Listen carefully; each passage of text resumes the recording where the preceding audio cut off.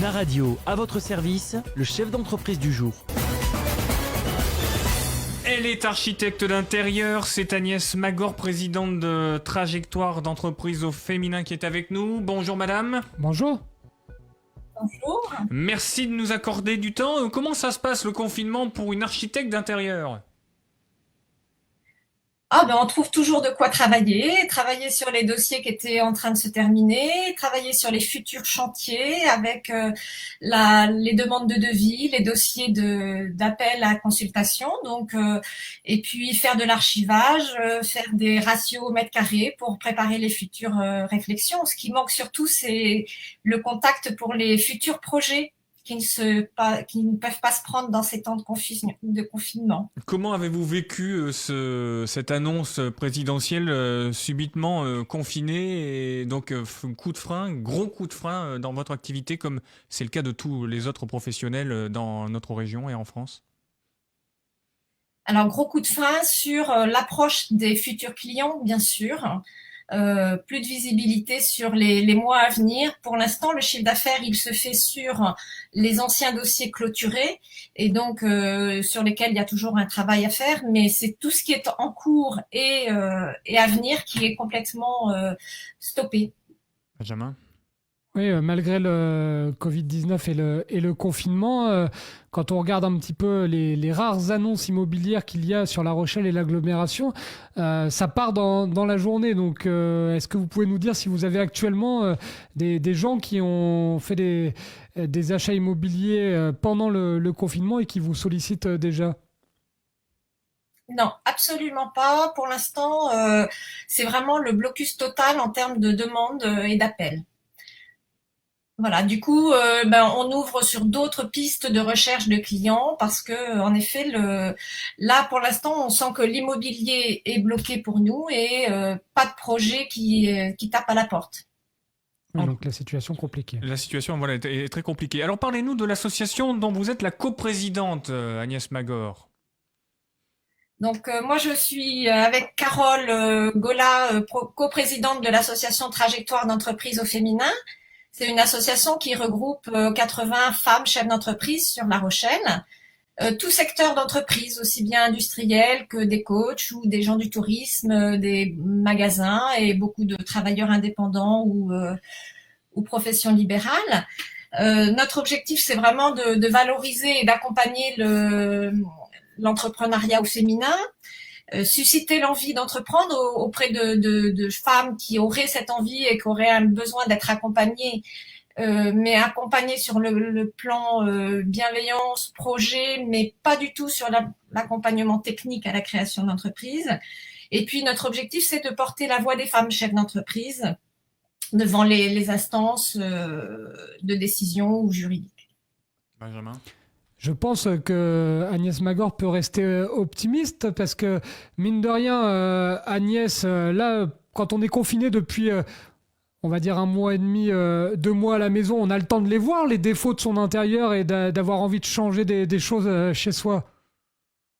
Voilà. Moi, personnellement, j'espère que les gens vont avoir envie de s'épanouir beaucoup mieux dans leur intérieur et ils auront pris le temps de se rendre compte des défauts et certainement qu'ils auront besoin d'un œil extérieur pour les aider à restructurer, à réaménager leurs espaces et de façon à être mieux chez eux parce que c'est l'objectif de l'architecte d'intérieur, bien sûr, d'apporter des solutions en prenant en compte tous les atouts du bâtiment, tous les besoins de communication interne de la famille et la façon dont chaque famille fonctionne. Et notre travail, c'est vraiment d'adapter et de mettre en œuvre ces projets, ces créations pour que les gens se sentent mieux chez eux. Là, ça va peut-être relancer encore plus la mode de la déco épurée, Agnès, parce que les gens, à force d'être confinés chez eux, parfois avec des enfants, parfois avec l'envie d'être dans des pièces séparées pour essayer de se supporter un peu plus, là, la décoration épurée, on va peut-être y penser encore plus pour essayer de gagner de la place. Ça peut être une piste.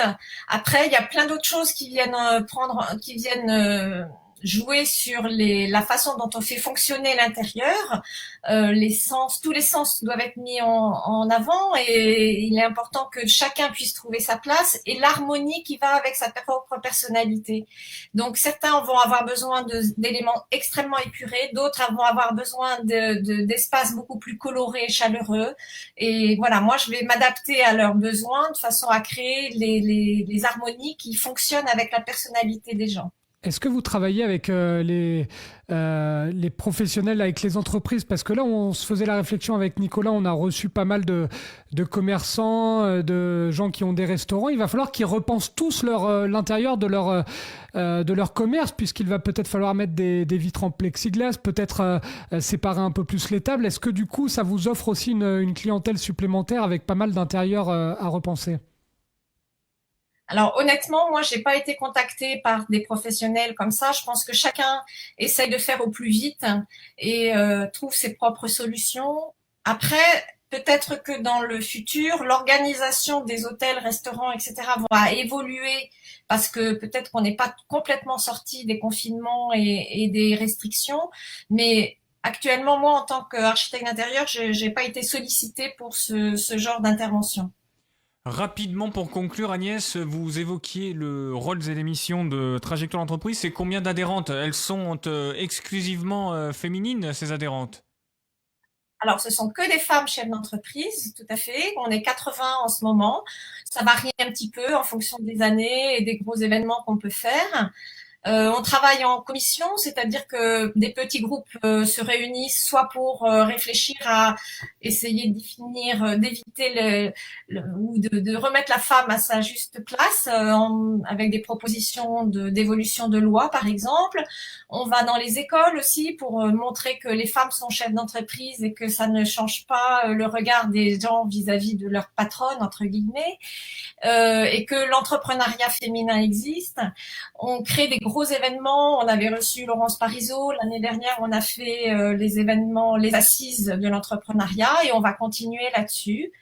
Et puis, on se soutient beaucoup entre nous, les unes les autres, de façon à partager aussi nos bonnes idées pour rebondir, pour évoquer à la fois nos craintes et nos pistes de solutions et partager tout ça de façon à faire bénéficier chacune des bonnes idées des autres. Mais aujourd'hui, il y a encore des problèmes de machisme ou de sexisme, de misogynie, ou ça tend à disparaître? Je pense que ça existe toujours. Les histoires de plafond de verre ne sont pas du tout à base égale et on se retrouve parfois à être obligé de justifier du pourquoi on se permet d'être chef d'entreprise. Il y a encore beaucoup, beaucoup de travail à faire. C'est incroyable. Mais nous, on préfère être positive en disant on est là, voilà comment on fonctionne et on avance, plutôt que de se battre contre des moulins à vent. Hein. Donc, nous, on y arrive. On voudrait emmener le maximum de femmes avec nous et puis on essaye d'éviter de se morfondre dans un négativisme. Comme quoi, au XXIe siècle, il y a toujours de la connerie. En tout cas, merci. Ah non, mais c'était pas destiné, pas du tout. En tout cas, Agnès Magor, merci infiniment. On rappelle que vous êtes architecte d'intérieur pour ceux qui souhaiteraient recourir à vos services. On rappelle également que vous êtes coprésidente de Trajectoire d'entreprise au féminin, une association qui, je crois, est domiciliée à la CCI, me semble-t-il, comme la plupart des clubs d'entreprise d'ailleurs. Beaucoup, oui, ça fait aussi partie de leur rôle et on peut aussi nous s'appuyer beaucoup sur eux et c'est important d'avoir des collaborations comme ça. Prenez soin de vous, Agnès Magor. Merci beaucoup.